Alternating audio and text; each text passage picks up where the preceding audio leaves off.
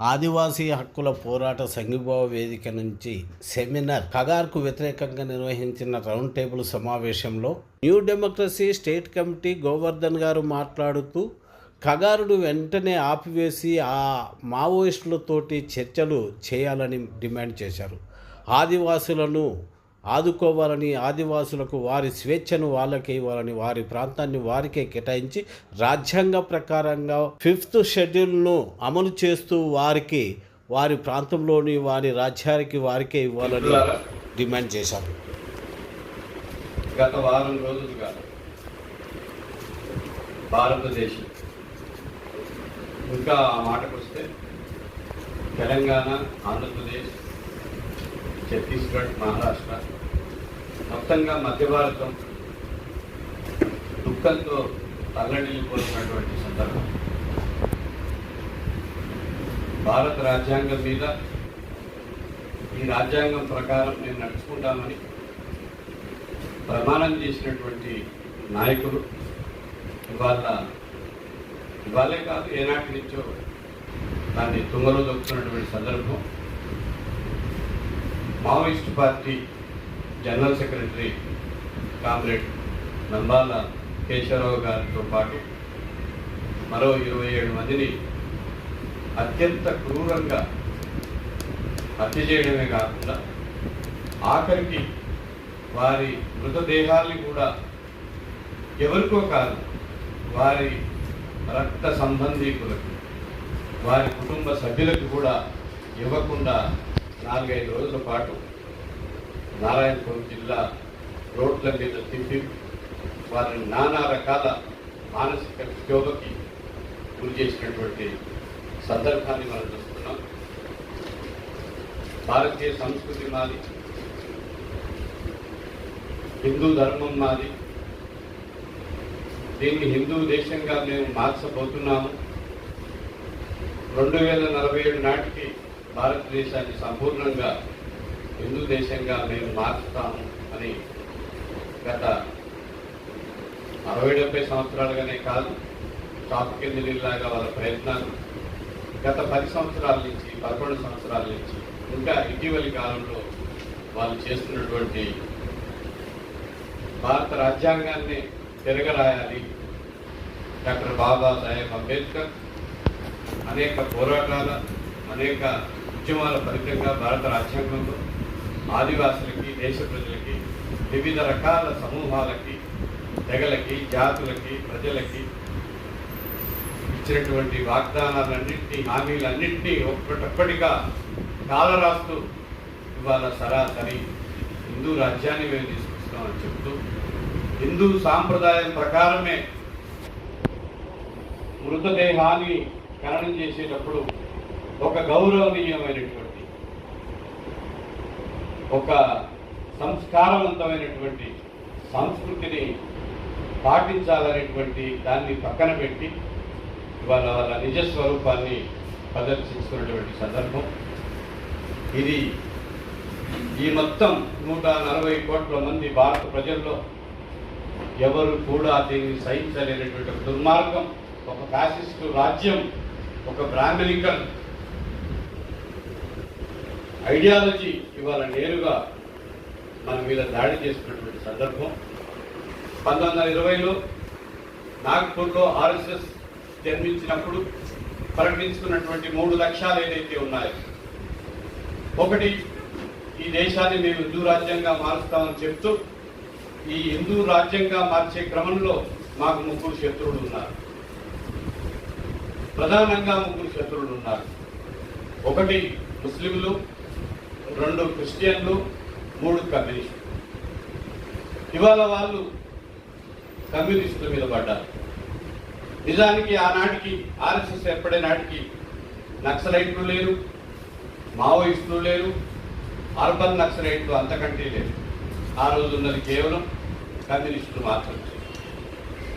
7 సముద్రాల ఆవల ఉన్నటువంటి బ్రిటిష్ వాడు ఈ దేశంలో ఉండడానికి వీల్లేదు, మా దేశాన్ని మేమే పరిపాలించుకుంటాం, స్వరాజ్యం మా జన్మ హక్కు అని ఉద్యమిస్తున్నటువంటి సామ్రాజ్యవాద వ్యతిరేక పోరాటం ఉప్పెనలా మండుతున్నటువంటి ఆ కాలంలో ఆర్ఎస్ఎస్ ఆ వైపుగా ప్రయత్నించకుండా బ్రిటిష్ వాడికి కొమ్ము కాసేటువంటి భూస్వాములకి పెద్ద పెద్ద సంస్థానానికి వత్తాసు పలుకుతూ బ్రిటిష్ సామ్రాజ్యవాద వ్యతిరేక పోరాటంలో ఒక్కరంటే ఒక్క సావర్కర్ మాత్రం కొన్ని సంవత్సరాలు జైల్లో ఉండి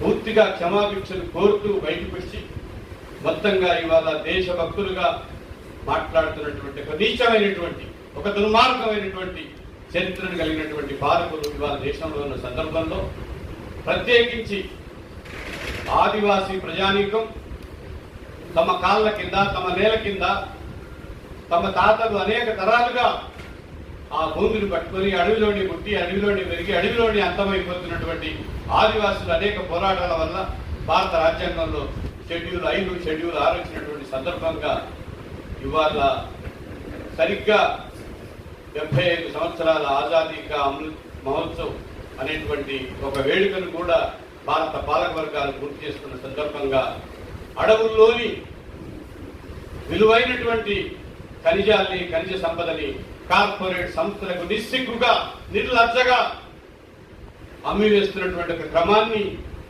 అక్కడి అడవి బిడ్డలు ఆదివాసీలు వీరోచితంగా తమదైన పద్ధతుల్లో ఎదుర్కొంటా ఉంటే జల్ జంగల్ జమీన్ ఇజ్జత్ హమారా హై అని నిలదీస్తుంటే సింహాల్లాగా వాళ్ళు పోరాడుతుంటే తమ జీవిక కోసం ఆ ఉద్యమానికి మావోయిస్టు పార్టీ కొండంత అండదండలుగా ఉన్నటువంటి సందర్భంలో ఇవాళ మొత్తం ఈ అడవుల్లోని ఖనిజ సంపదని మేము అదానికి అంబానీకి విదేశీ సామ్రాజ్యవాద కార్పొరేట్ సంస్థలకు ఇస్తాం తప్ప ఈ దేశంలో ఈ సంపద ఈ దేశంలోని ప్రజలకు వారి వారసులకు చెందడానికి వీల్లేదనేటువంటి ఒక దుర్మార్గమైనటువంటి పద్ధతుల్లో ఇవాళ ఏకంగా సరిహద్దుల్లో ఉండేటువంటి సైన్యాన్ని ఇవాళ కరేగుట్టలు కావచ్చు, మధ్య భారతం కావచ్చు, ఇవాళ నారాయణపూర్ కావచ్చు, మొత్తం ఈ ప్రాంతంలో అనేక మంది కామ్రేడ్స్ దాదాపు ఒక 4-5 నెలల కాలంలోనే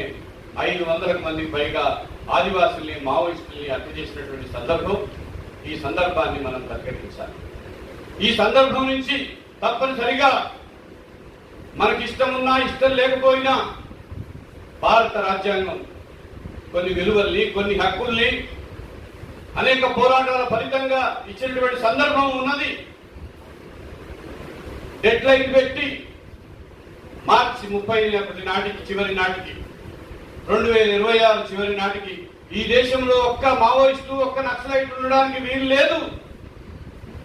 మావోయిస్టు ముక్తు భారత్ను మేము ముందుకు తీసుకురామని చెప్పడం అంటే దాని అర్థం మేము సజీవంగా వాళ్ళని కాల్చి చంపేస్తామనేటువంటి అర్థాన్ని వాళ్ళు ఆచరణలో చూపిస్తున్నటువంటి విషయాన్ని మనం చూస్తున్నాం.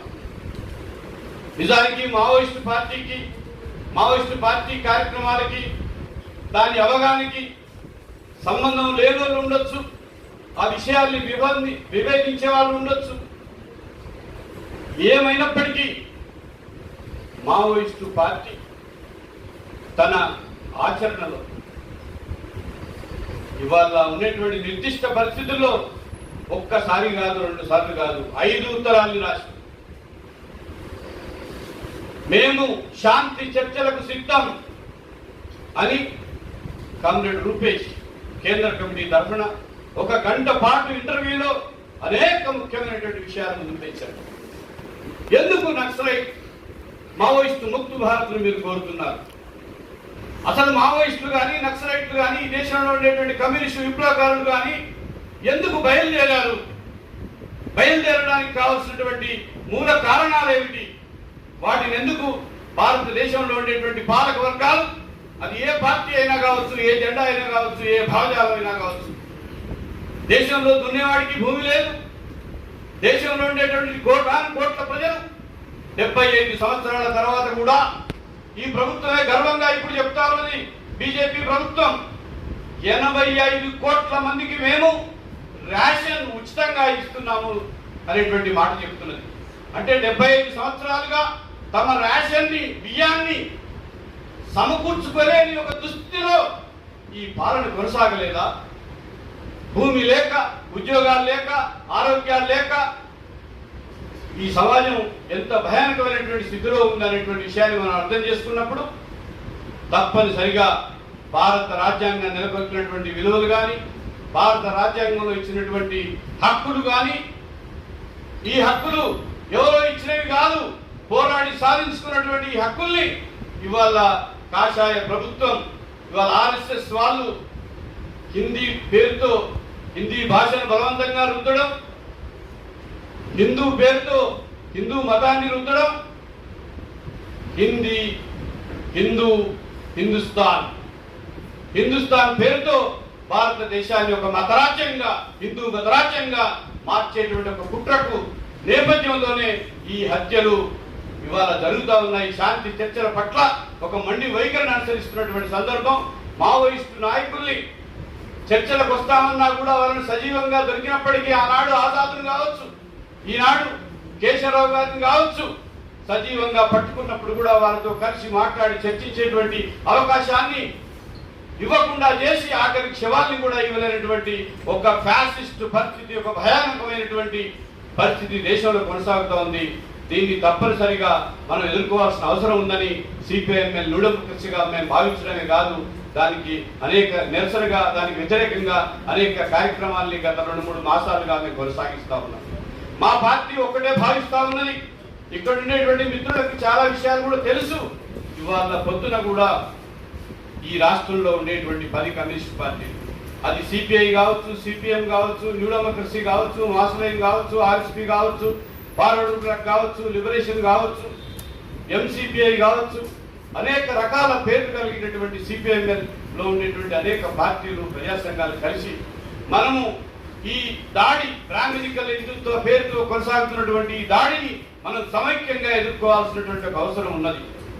ఇది కేవలం ఇంకా నిర్దిష్టంగా చెప్పాలంటే ఈ స్థితి లేదంటే చాలా సంవత్సరాలుగానే ఉన్నది. కానీ ఇవాళ మావోయిస్టు పార్టీ అగ్రనేతని పొట్టన పెట్టుకున్నప్పుడు కర్రెగుట్టల్లో మొదలైనటువంటి ఈ వేట, ఈ అంబిష్, లేకపోతే మొత్తంగా మేము కాల్చి చంపుతామనే ఒక డెడ్ లైన్ ని ఇవన్నీ దృష్టిలో పెట్టుకున్నప్పుడు ఇవాటి సందర్భం ఇల్లు కాలిపోతా ఉంది, ఇల్లును కాల్చేస్తా ఉన్నారు. ఈ సందర్భంగా తప్పనిసరిగా దాన్ని ఆపడం కోసం, ఆ రకమైనటువంటి దుర్మార్గాన్ని అరికట్టడం కోసం మన మధ్యన ఎన్ని విభేదాలైనా ఉండొచ్చు, మన మధ్యన ఎన్ని అపనమ్మకాలు, అవిశ్వాసాలైనా ఉండొచ్చు, కలిసి రాగలిగినటువంటి అన్ని శక్తుల్ని, బీజేపీ ఏతర పార్టీలు కావచ్చు, శక్తులు కావచ్చు, సంస్థలు కావచ్చు, అట్లాగే తెలంగాణ భూభాగంలో, తెలంగాణ మాగాణంలో లేదా ఉమ్మడి ఆంధ్రప్రదేశ్లో ఒక అద్భుతమైనటువంటి సంఘీభావ ఉద్యమాల చరిత్ర ఉన్నది. లెఫ్ట్ పార్టీలకు వెలుపల అనేక ప్రజా సంఘాలు ఉన్నాయి, వీరోచితమైనటువంటి పోరాట సాంప్రదాయం ఉన్నది. పౌర హక్కుల్ని కాపాడుకోగలిగేటువంటి, పౌర హక్కుల రక్షణ కోసం పరితపించినటువంటి లేదా పౌర హక్కుల సాధన కోసం ఆ ఉద్యమ సాధన క్రమంలో అనేక మంది అమరుడు తమ రక్తాన్ని చిందించినటువంటి ఒక గొప్ప పోరాట సాంప్రదాయం ఈ తెలుగు గడ్డ మీద ఉన్నది. కాబట్టి ఆంధ్రప్రదేశ్ కావచ్చు, తెలంగాణ కావచ్చు, ఈ ప్రాంతంలో అనేక ప్రజా సంఘాల రూపంలో, అనేక ప్రజా సమూహాల రూపంలో, లేకపోతే అనేక కుల సంఘాల రూపంలో, అనేక వృత్తి సంఘాల రూపంలో, మేధావుల రూపంలో, కళాకారుల రూపంలో, గాయకుల రూపంలో, సంస్థల రూపంలో, కవులు, కళాకారులుగా, జర్నలిస్టుగా అనేక మంది ఈ దేశంలో ప్రజాస్వామ్యం కొనసాగాలి, భారత రాజ్యాంగం ప్రకారం పరిపాలన కొనసాగాలి తప్ప రాజరిక కాలంలో లాగా అమిత్ షానో, నరేంద్ర మోడో పరిపాలించి డెడ్ లైన్ పెట్టి మనుషుల్ని బిడ్డల్లా కాల్చి చంపుతానంటే చూస్తూ ఉండడానికి సిద్ధంగా మనం లేము. మన మధ్య ఉండేటువంటి విషయాలన్నీ కూడా, విభేదాల్ని లేదా ఇతరత్వ విషయాల్ని పక్కన పెట్టి మనం అందరం ఐక్యంగా ఈ ప్రభుత్వానికి వ్యతిరేకంగా, ముఖ్యంగా బీజేపీ ఏతర విషయాల మీద, బీజేపీ ఏతర పార్టీలన్నీ కూడా కలిసి కట్టి హైదరాబాద్ లో ఒక విస్తృతమైనటువంటి మొత్తం తెలంగాణ నగరంలో, అది గ్రామ స్థాయి నుంచి మొదలుకొని రాష్ట్ర స్థాయి వరకు ఆందోళన కార్యక్రమాల్ని కొనసాగించడమే కాకుండా ఇవాళ రాజకీయ నిర్ణయం జరగాలి. రాజకీయ నిర్ణయం ఎక్కడ జరుగుతుంది? ఇవాళ కగారు నిర్ణయం ఎక్కడ జరిగింది? భారత పార్లమెంట్ లో జరిగింది, పార్లమెంట్ కేంద్రంగా ఉండేటువంటి ఢిల్లీలో జరిగింది. అందుకని మన ఇక్కడ ఉద్యమాన్ని ఢిల్లీ మెడలు వంచేటట్టు, ఢిల్లీని తాకేటట్టు ఇక్కడ ఉండేటువంటి ప్రజాస్వామిక శక్తుల్ని, ఆలోచన పరుల్ని, లౌకికవాదుల్ని, కమ్యూనిస్టుల్ని, విప్లవకారుల్ని అనేక మందిని కూడగట్టడమే కాకుండా మనందరం కలిసి ఆ క్రమంలో ఒక బలమైనటువంటి ఉద్యమానికి పునాదులు వేసుకొని వీధుల్లోకి వచ్చినటువంటి సందర్భం ఢిల్లీలో కూడా మనము జంతర్ మంతర్ దగ్గరనో అనేక రూపాల పేరుతో ఇక్కడి నుంచి మనం ఢిల్లీలో కూడా మన కార్యాచరణని కొనసాగించాలని సిపిఐఎంఎల్ న్యూ డెమోక్రసీ పార్టీగా మేము నిర్ణయం తీసుకున్నాం. ఆ మేరకు వాళ్ళ 10 కమ్యూనిస్టు వామపక్షాల మీటింగు ఉదయం 9:30 గంటలకు నిన్న ఏదైతే నారాయణపూర్లో ఛత్తీస్గఢ్ రాష్ట్రంలో మావోయిస్టు నేతలకు సంబంధించినటువంటి డెడ్ బాడీస్ ఇవ్వకపోవడాన్ని నిరసిస్తూ ఇక్కడే ఉన్నటువంటి పెద్దలు ప్రొఫెసర్ అరగోపాల్ గారు, అట్లాగే జస్టిస్ చంద్రకుమార్ గారి నేతృత్వంలో మిగతా 10 పార్టీల నేతలు ఒక నిరసన ప్రెస్ మీట్ ని పెట్టడమే కాకుండా తక్షణంగా సుమోటోగా భారత సుప్రీంకోర్టు ఈ విషయాల మీద ఈ కేసును టేకప్ చేసి దీని మీద విచారణ కొనసాగించాలనేటువంటి ఒక డిమాండ్ కూడా చేశారు. సిపిఐఎంఎల్ న్యూ డెమోక్రసీగా 10 కమ్యూనిస్ట్ పార్టీలుగా, వామపక్ష పార్టీలుగా మేము డిమాండ్ చేసేది 2 విషయాలు. ఒకటి, మీరు మావోయిస్టు పార్టీ 5 దఫాలుగా ఉత్తరాలు రాసి మేము శాంతి చర్చలకు సిద్ధమని వాళ్ళు మాట్లాడుతున్నప్పుడు చేతికి దొరికినటువంటి నాయకుల్ని క్రూరంగా హత్య చేసి ఇవాళ మీరు ఏదైతే చేతులు దుర్చుకోవాలనుకుంటున్నారో వెంటనే మీరు మావోయిస్టు పార్టీతో చర్చలు జరపాలా. చర్చలు జరపడం అనేటువంటిది భారత రాజ్యాంగానికి, భారత ప్రభుత్వానికి కొత్త కాదు. మీరు నరేంద్ర మోడీ అధికారంలోకి వచ్చిన తర్వాత కావచ్చు, కాంగ్రెస్ పార్టీ అధికారంలో ఉన్నప్పుడు కావచ్చు, నరేంద్ర మోడీ 3వసారి అధికారంలోకి వచ్చిన తర్వాత కూడా ఈ దేశంలో ఉండేటువంటి అనేక సంస్థలతో చర్చలు జరిపినటువంటి ఒక సందర్భాన్ని గుర్తు చేస్తూ తక్షణం అది చేయాలని. 2వది, కామ్రేడ్ నంబల్ల కేశవరావు గారితో పాటు బూటకపు హత్యాకాండకు గురైనటువంటి బూటకపు ఎన్కౌంటర్ల హత్యాకాండకు గురైనటువంటి 27 మందితో పాటు దాదాపు ఈ 500 మందిని కామ్రేడ్ మిడుకో కావచ్చు, ఇంకా అంతకుముందు ఉన్నటువంటి కామ్రేడ్స్ కావచ్చు, లేకపోతే ఈ ఎన్కౌంటర్ తర్వాత నిన్న మొన్న జరిగినటువంటి ఎన్కౌంటర్లు అన్నింటిగా సుప్రీంకోర్టు సిట్టింగ్ న్యాయమూర్తి చేత విచారణ జరిపించాలనేటువంటి డిమాండ్ మీద, ఈ 2 డిమాండ్ల మీద హైదరాబాదు, తెలంగాణ రాష్ట్రంతో పాటు ఢిల్లీలో కూడా ఒక విస్తృతమైనటువంటి కార్యాచరణ కొనసాగించాలనేటువంటిది సిపిఐఎంఎల్ న్యూ డెమోక్రసీగా మేము భావిస్తా ఉన్నాం. అట్లాగే 10 పార్టీలు కూడా, తెలంగాణలో ఉండేటువంటి 10 పార్టీలు కూడా ఆ రకమైనటువంటి ఆలోచనతో ఉన్నాయి.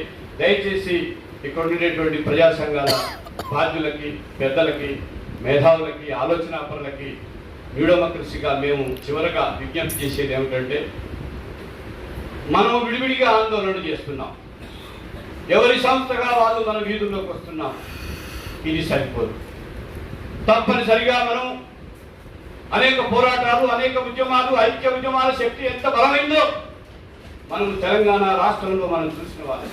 ఉమ్మడి రాష్ట్రంలో ఆ రకమైనటువంటి చైతన్యాన్ని ప్రదర్శించడమే కాకుండా ఆనాటి పాలక వర్గాల్ని మెడలు వంచి తెలంగాణ రాష్ట్రాన్ని సాధించుకున్నటువంటి ఒక చరిత్ర, ఆనాడు నైజాం నవాబుని కూడా మెడలు వంచినటువంటి ఒక చరిత్ర, వీరోచిత పోరాట సాంప్రదాయం కలిగినటువంటి వారసులుగా మనం తప్పనిసరిగా ఇవాళ కొనసాగుతున్నటువంటి ఈ దమనకాండ, ఈ ఫ్యాసిస్ట్ హత్యాకాండ, ఇంకా చెప్పాలంటే జనోసైడ్, ఆదివాసీ జాతిని మేము హననం చేస్తాము, హననం చేసైనా సరే ఈ అడవుల్లో ఉండేటువంటి ఖనిజ సంపదని కార్పొరేట్ కంపెనీలకు మేము అప్పచెప్తాము, మాకు తిరుగు లేదు అని అహంకారంతో విర్రవీగుతున్నటువంటి ఈ దుర్మార్గానికి వ్యతిరేకంగా మనం అందరం కూడా విడివిడిగా కాకుండా ఐక్యంగా మనం ముందుకు పోవాలని మీరందరూ కూడా ఆలోచించి ఆ రకమైనటువంటి తగు సమన్వయంతో ఢిల్లీ పాలకుల్ని కూడా ఆలోచింపజేసేటట్టు, ఒత్తిడి చేసేటట్టు మనందరం కూడా ఉద్యమించాలని సిపిఐఎంఎల్ న్యూ డెమోక్రసీ పార్టీగా మేము కోరుతూ నాకు ఈ అవకాశం ఇచ్చినటువంటి నిర్వాహకులకి, మిత్రులకి ధన్యవాదాలు. లాల్ సలాం.